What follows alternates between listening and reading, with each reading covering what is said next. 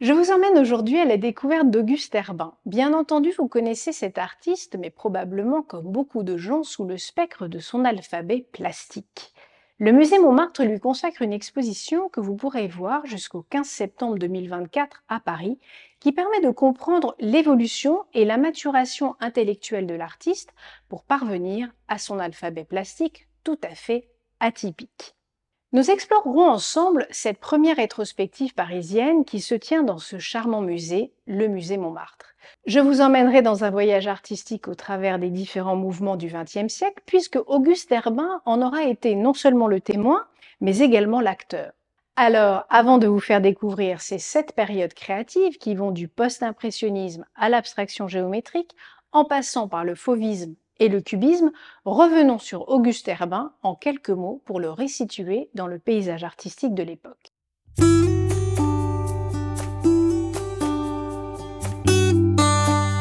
Auguste Herbin est né en 1882 dans le nord de la France. Il est l'un des artistes les plus influents et pourtant méconnu de la première moitié du XXe siècle.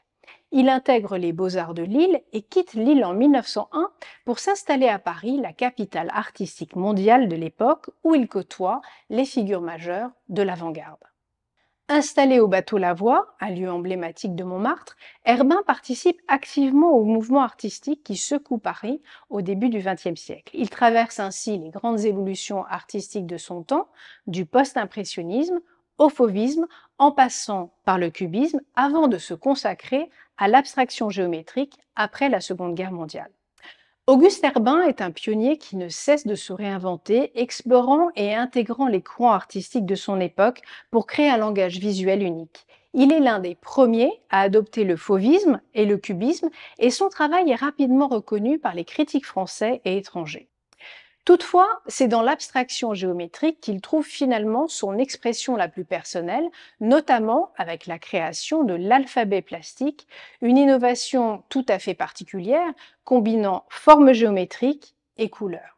En 1953, une hémiplégie le contraint à peindre de la main gauche, mais cela ne l'empêche pas de poursuivre son œuvre avec la même passion et la même rigueur. Il disparaît en 1960, laissant derrière lui une œuvre riche et variée, malheureusement encore trop peu connue du grand public.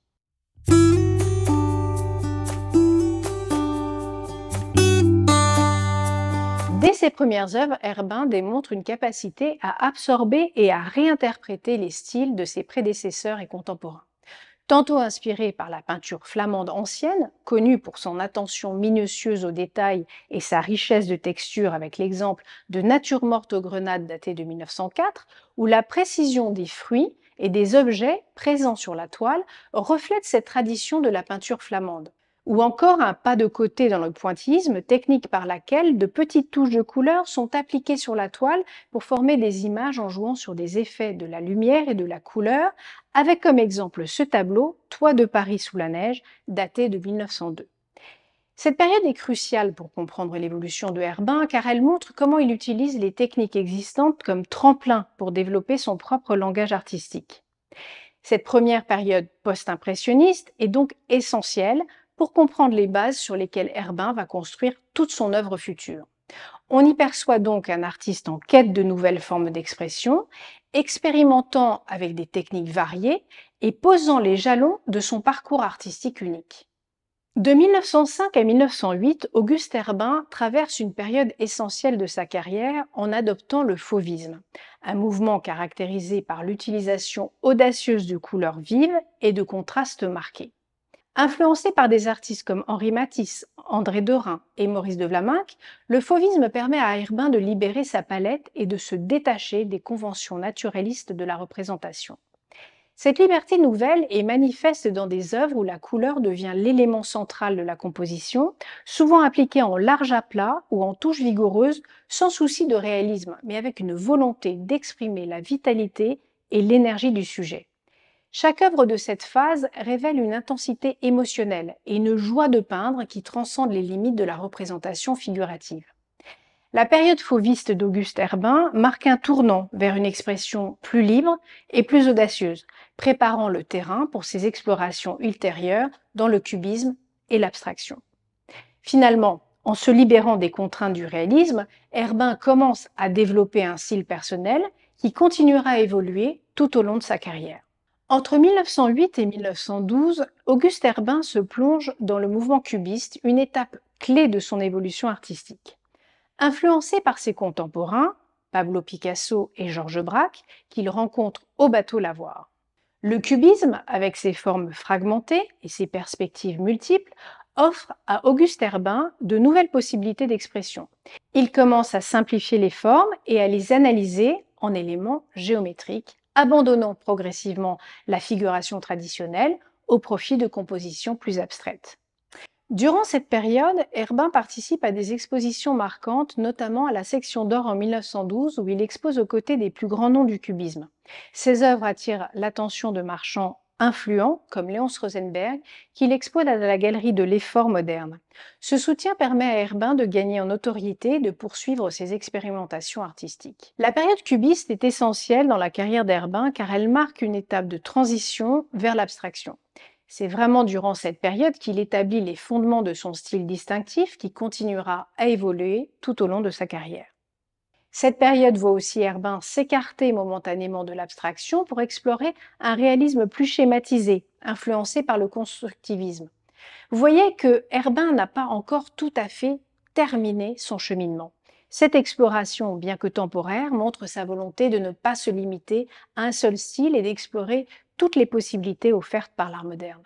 Entre 1918 et 1922, Auguste Herbin explore de nouveau de nouvelles dimensions artistiques en se tournant vers la création d'objets monumentaux et en expérimentant un retour temporaire au réalisme. Il est clairement influencé par les mouvements constructivistes et le Bauhaus allemand qui prône une intégration de l'art dans la vie quotidienne à travers des formes géométriques et des concepts architecturaux.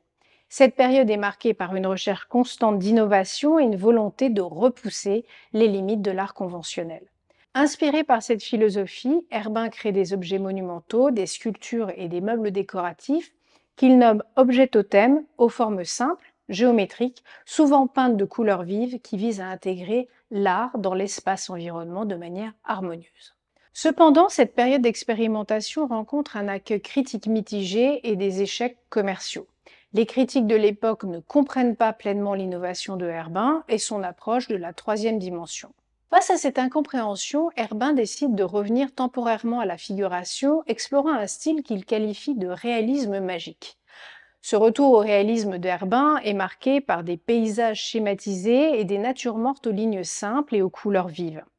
Ces œuvres traduisent une volonté de réconcilier les aspects figuratifs et abstraits de son art, cherchant à créer une harmonie entre les deux.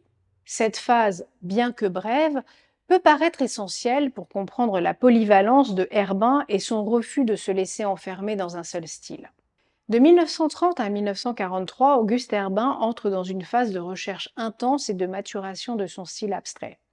Après ses explorations précédentes et son retour temporaire au réalisme, Herbin s'engage résolument dans l'abstraction géométrique où il trouve enfin une expression pleinement personnelle. Cette période est marquée par une géométrie souple, mouvante, combinée à des contrastes de couleurs vives et frappantes.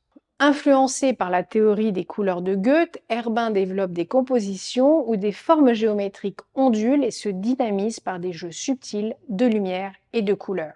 Il s'intéresse particulièrement aux effets psychiques des couleurs sur le spectateur, cherchant à provoquer des réactions émotionnelles fortes par le simple usage des teintes et des formes. Durant cette période, Herbin est actif au sein du groupe Abstraction Création, une association d'artistes qui prône l'abstraction comme forme d'expression artistique dominante. Ce groupe lui offre enfin un contexte de soutien et d'échange intellectuel qui nourrit son travail et l'encourage à pousser plus loin ses expérimentations.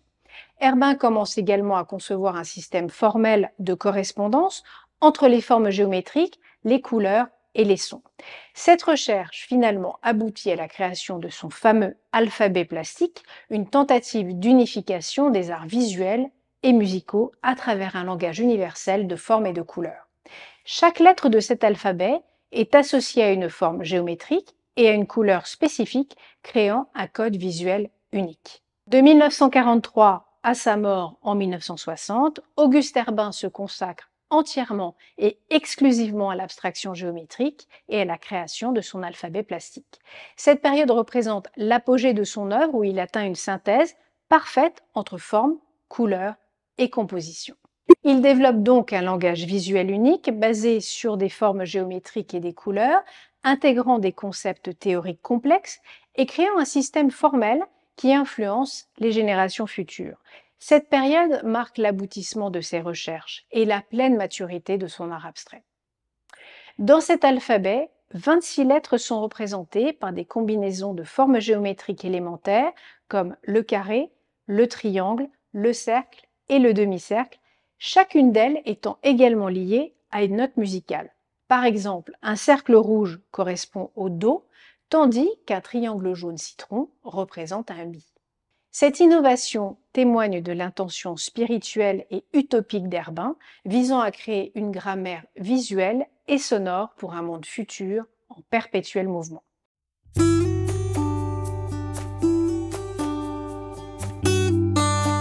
Alors, si je devais vous donner mon avis sur cette exposition. Cette exposition au musée de Montmartre offre une plongée exhaustive dans l'univers d'Auguste Herbin, permettant de découvrir ou redécouvrir un artiste aux multiples facettes qui a su se réinventer, on ne peut pas dire le contraire, tout au long de sa carrière. L'exposition en elle-même est didactique, sans aucune redondance, bien structurée et permet d'apprécier la richesse et la diversité de l'œuvre d'Herbin. Herbin a été un artiste incompris, certes, mais surtout peut-être l'un des plus injuriés dans la vie artistique française, comme le rapporte Jean de Vannes. Mais tout cela ne l'aura pas empêché de persévérer pour laisser une œuvre riche. Il s'agit là d'une exposition indispensable pour tout amateur d'art moderne dans un lieu magique. Prenez le temps de déambuler dans l'atelier de Suzanne Valadon, dont la lumière zénithale traverse son atelier. On croirait presque qu'elle va apparaître au détour d'une porte. En ces beaux jours parisiens, arrêtez-vous au Café Renoir face à la balançoire figurée dans le tableau de Renoir. Un havre de paix et un personnel tout à fait charmant. À bientôt sur Expertisé pour de nouvelles visites de musées et d'expositions.